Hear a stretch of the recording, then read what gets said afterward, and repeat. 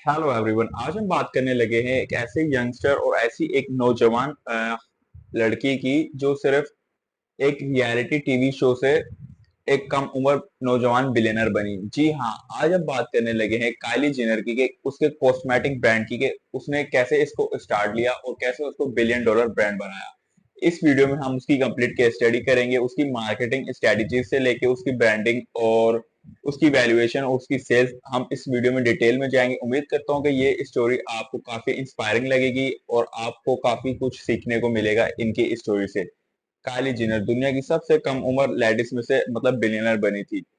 तो इस वीडियो की शुरुआत करते हैं और जानने की कोशिश करते हैं कि इसने कौन सी स्ट्रेटजीज का इस्तेमाल करके इतना बड़ा बिलियन डॉलर एम्पायर खड़ा कर दिया, वो भी आजकल के दौर में।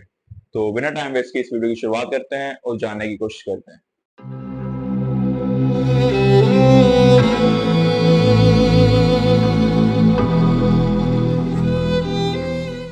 काइली जेनर 1997 में लॉस एंजलिस में पैदा हुई, एलए में, और उनका नाम कीपिंग अप विद द कार्डियशन से दुनिया भर में मशहूर हो गया था।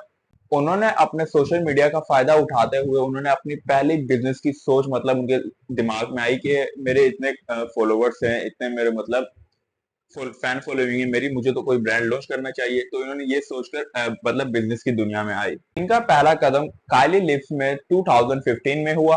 2015 में काइली ने अपना फर्स्ट प्रोडक्ट लॉन्च किया और उसका नाम था काइली लिप्स किड्स। ये इनका फर्स्ट प्रोडक्ट था, 2015 में इन्होंने लॉन्च करा जिसको। लिप किट्स कुछ ही मिनटों में सेल हो गई और इन्होंने काफी लोगों की अटेंशन उस टाइम पे क्रैप कर ली थी। देख सकते हैं कि आप कैसे कुछ ही मिनटों में ये सोल्ड आउट हो गई थी। इनका स्टॉक मतलब जीरो हो गया था जो इन्होंने मैन्युफैक्चर किया था। अब हम बात करते हैं सोशल मीडिया के जादू के बारे में। सोशल मीडिया पर ये काफी पॉपुलर थे उस टाइम और इन्होंने उसका फायदा उठाया और अपने फॉलोवर्स को अपने मतलब प्रोडक्ट में कन्वर्ट करा। इनके तकरीबन इंस्टाग्राम पर 380 मिलियन फॉलोवर्स थे और ये स्नैपचैट पे भी काफी पॉपुलर थी। इन्होंने इन दो प्लेटफॉर्म से अपने प्रोडक्ट को प्रमोट कराया और काफी मतलब हाई वॉल्यूम सेल्स की इन्होंने, सिर्फ अपनी पॉपुलैरिटी की वजह से। और आप देख सकते हैं कि मतलब एक मर्तबा ये पॉपुलर हो गई तो इन्होंने अपनी ऑडियंस को किस में कन्वर्ट कर दिया, बिजनेस में। और इनकी रातों रात ही कई मिलियंस ऑफ प्रोडक्ट्स इनके सोल्ड आउट हो गए थे। और इसी के साथ इन्होंने अपना डायरेक्ट कंज्यूमर बेस बढ़ाया। मतलब इनको किसी थर्ड पार्टी की जरूरत ही नहीं पड़ी, ना किसी को हायर करने की। मतलब इन्होंने उसका कम इस्तेमाल किया, लेकिन इन्होंने अपने नाम से इसको काफी पॉपुलर किया। हर किसी की जबान पे सिर्फ इनकी ही लिप्स थी जो इन्होंने लॉन्च की थी, इन्हीं के नाम की वजह से। देख सकते हैं कि सोशल मीडिया की कितनी मतलब आजकल के दौर में कितनी पावर है। वो आपको एक मतलब कोई भी नहीं जानता लेकिन आपको वो ब्रांड बना सकती है जैसे इनको बनाया।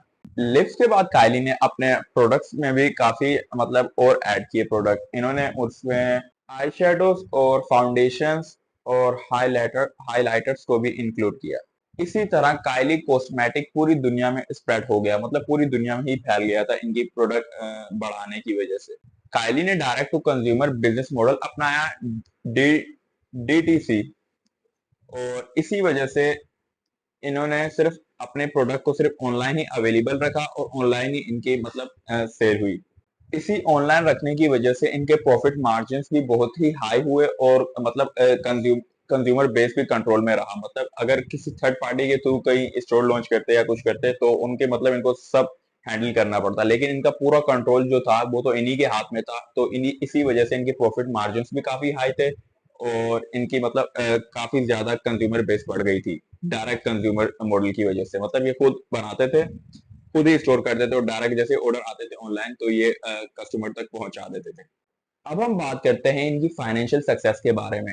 काइली कॉस्मेटिक ने 2017 में 307 मिलियन डॉलर का रेवेन्यू जनरेट करा था एनुअल। मतलब सालाना इन्होंने 307 मिलियन डॉलर का रेवेन्यू जनरेट कर लिया था। और इनको फोर्ब्स ने दुनिया का मतलब नाइन इनकी ब्रांड को वैल्यू दी 900 मिलियन डॉलर्स की। फोर्ब्स ने इनको मतलब इंटरनेशनल लेवल पे ये वैल्यू दे दी थी इनकी ब्रांड को 900 मिलियन डॉलर, वो भी सिर्फ एक दो सालों के अंदर ही। अब हम बात करते हैं इनकी पार्टनरशिप्स की।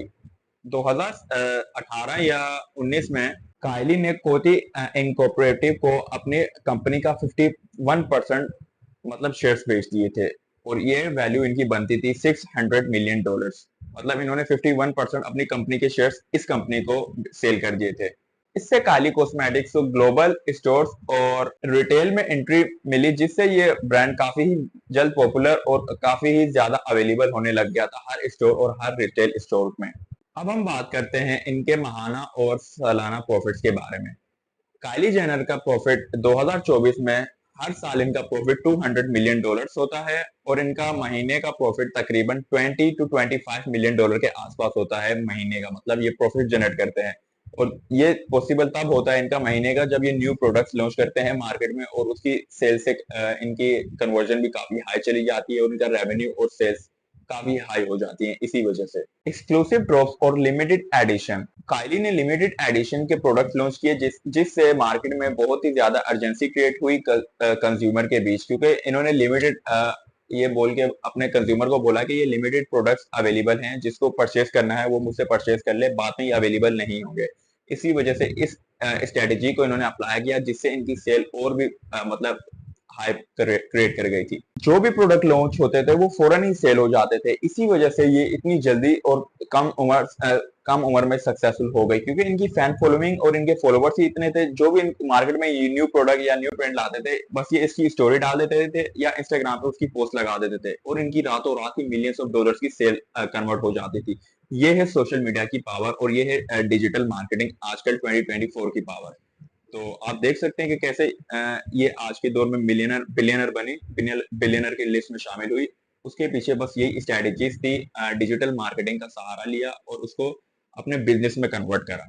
अब हम बात करते हैं सेलिब्रिटी कोलैबोरेशन की। इन्होंने अपने फैमिली फ्रेंड्स के साथ जैसे कि किम कार्डिशन के साथ कोलैबोरेशन किया। जैसे ही इनका मार्केट में न्यू प्रोडक्ट लॉन्च होता था तो ये उससे अपनी मार्केटिंग मतलब उससे अपने मतलब कोलैबोरेट करती थी और इनसे इनकी मतलब ब्रांड की पॉपुलैरिटी और भी बढ़ जाती थी। काफी लोगों के बीच मतलब अवेयरनेस इनकी बढ़ जाती थी, क्योंकि किम कार्डिशन भी इसको मतलब पॉपुलर कर रही थी और ये खुद पहले से थी ही पॉपुलर इतनी। तो इसी वजह से इनकी सेल का मतलब इनके जितने भी फॉलोवर्स थे वो इनकी सेल्स और रेवेन्यू में काफी कन्वर्ट हुए। इसी वजह से इनकी कोलैबोरेशन की वजह से किम कार्डिशन की भी काफी हाई फैन फॉलोइंग थी और इनकी तो बहुत ही ज्यादा थी और इसी वजह से ये ब्रांड बहुत ही ज्यादा पॉपुलर हुआ और बहुत ही कम टाइम में लोगों के बीच। अब हम बात करते हैं इनकी ब्रांडिंग स्ट्रेटेजी की। आप तो जानते ही होंगे इनका फेस ही सबसे बड़ा मतलब ब्रांड है। इनकी फेस वैल्यू की वजह से ये आज इतना बड़ा ब्रांड में तब्दील हुआ। जी हाँ, इनकी ब्रांडिंग सिर्फ इनकी फेस की बदौलत ही हुई और इनकी सेल्स भी इन्हीं की फेस की ही बदौलत हुई। सिर्फ इन्होंने अपनी मतलब खुद की वैल्यू बरकरार की, मेंटेन की और उसके बाद उसको अपने बिजनेस में कन्वर्ट करा। तो इसी वजह से ये ऐसे सक्सेसफुल हुई। और इन्होंने अपनी पैकेजिंग और ब्रांडिंग में भी काफी मतलब फोकस किया, पैकेजिंग, प्रोडक्ट, सर्विसेज वगैरह में, जिससे कंज्यूमर को कोई मतलब तकलीफ और उनके कस्टमर सर्विस बहुत ही बेहतर रहे, जिससे वो उनकी रिटेंशन बढ़े और दोबारा वो परचेस करें तो इन्हीं से ही करें।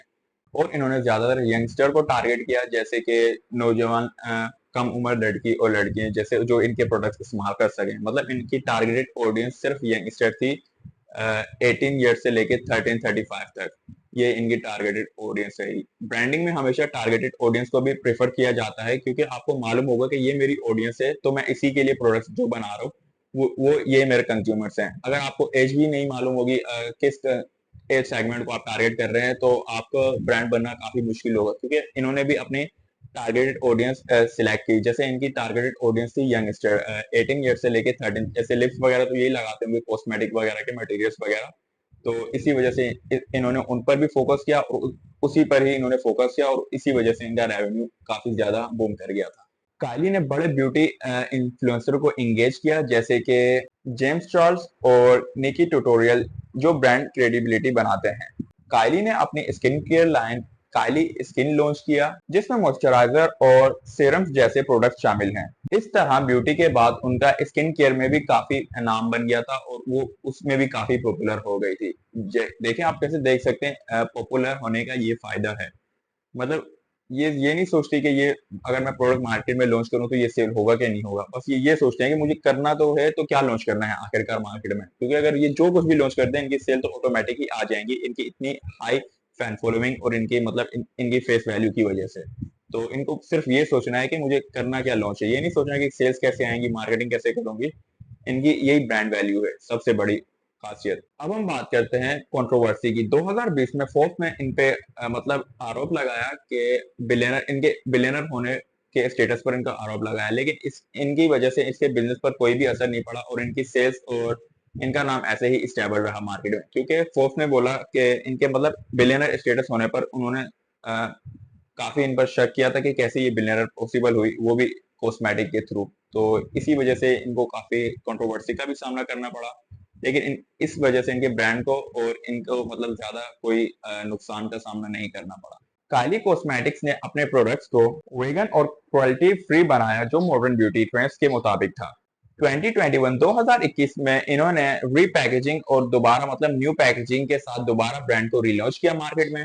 अब हम बात करते हैं इनकी सेल्स स्ट्रेटेजी की। लिमिटेड स्टॉक्स अवेलेबल करना इनकी सबसे बड़ी स्ट्रेटेजी रही इस मार्केट के बीच, क्योंकि ये अपने कंज्यूमर्स को बोलते थे कि ये प्रोडक्ट लिमिटेड हमारे पास अवेलेबल है, जिसको परचेस करना है अभी हमारी वेबसाइट से परचेस कर ले। इसी वजह से इनके काफी आउट ऑफ स्टॉक भी हो जाते थे इनके प्रोडक्ट्स। मतलब हर कलेक्शन की जब ये पोस्ट लगाते थे तो काफी इंगेजिंग होती थी और ये मतलब काफी कस्टमर के दिल में एक इंटरेस्ट पैदा हो जाता था, जब ये लॉन्च होगा तो हम परचेस करेंगे।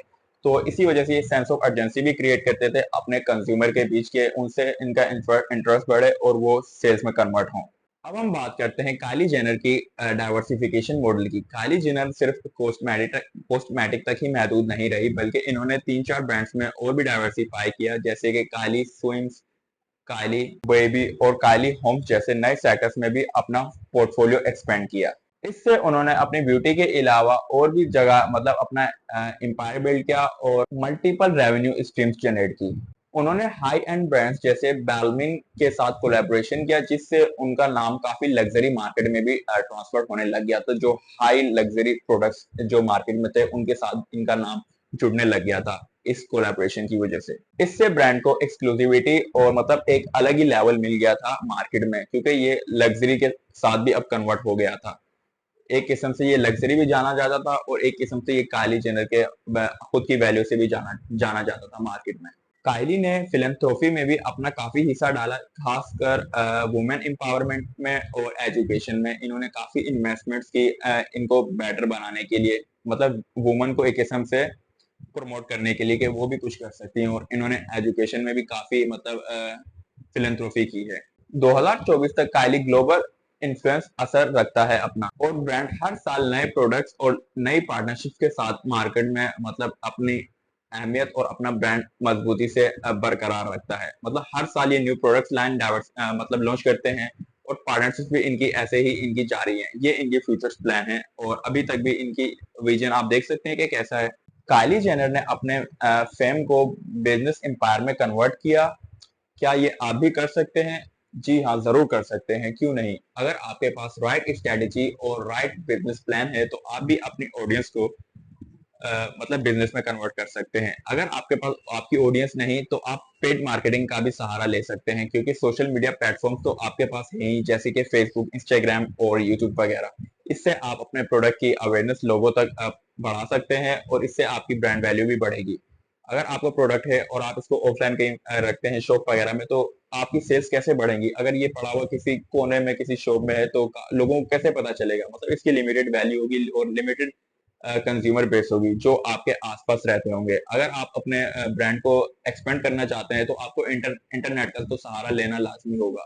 इसी से आपकी ब्रांड वैल्यू बढ़ेगी और आपका रेवेन्यू से ओवरऑल हर चीज आपकी बढ़ेगी, सिर्फ डिजिटल मार्केटिंग के थ्रू। तो उम्मीद करता हूँ कि इस स्टोरी से आपको काफी इंफॉर्मेशन मिली होगी और आपने देखा कि कैसे एक यंगस्टर बिलियनर बनी, वो भी काली कॉस्मेटिक के थ्रू। एक वुमेन भी बिलियनर बन सकती है। आप देख सकते हैं कैसे एक काली जेनर एक वुमेन ही थी जो अपने ब्रांड अपने फेस वैल्यू के साथ उन्होंने अपना बिजनेस एम्पायर खड़ा करा और उससे ही इन्होंने बिलियंस ऑफ डॉलर्स जनरेट करे। तो आप भी ऐसा अपनी फील्ड में कर सकते हैं अगर आपके पास काली जेनर की तरह राइट स्ट्रेटेजीज और राइट बिजनेस प्लान है तो उम्मीद करता हूँ कि इस वीडियो से काफी आपको इन्फॉर्मेशन मिली होगी। आप मुझे कमेंट करके भी बता सकते हैं कि नेक्स्ट केस स्टडी दोस्तों आप किस पर देखना पसंद करेंगे, या किस कंपनी या किस पर्सन या किस ब्रांड पर। मैं उस पर जल्दी वीडियोस बनाऊंगा। तो उम्मीद करता हूँ कि मैं हर वीडियोस में आपको नई नई और इंटरेस्टिंग पर्सन पर केस स्टडी बनाकर दिखा सकूं। तो आज के लिए इतना ही, मिलते हैं एक और नई वीडियो में, तब तक के लिए ओके, जय हाफिज। और दोस्तों अगर आप मेरा ये वीडियो फर्स्ट टाइम देख रहे हैं तो आप वीडियो को लाइक भी कर सकते हैं, चैनल पर नए हैं तो इसको सब्सक्राइब भी कर सकते हैं फ्यूचर में आने वाली इंटरेस्टिंग केस स्टडीज के लिए।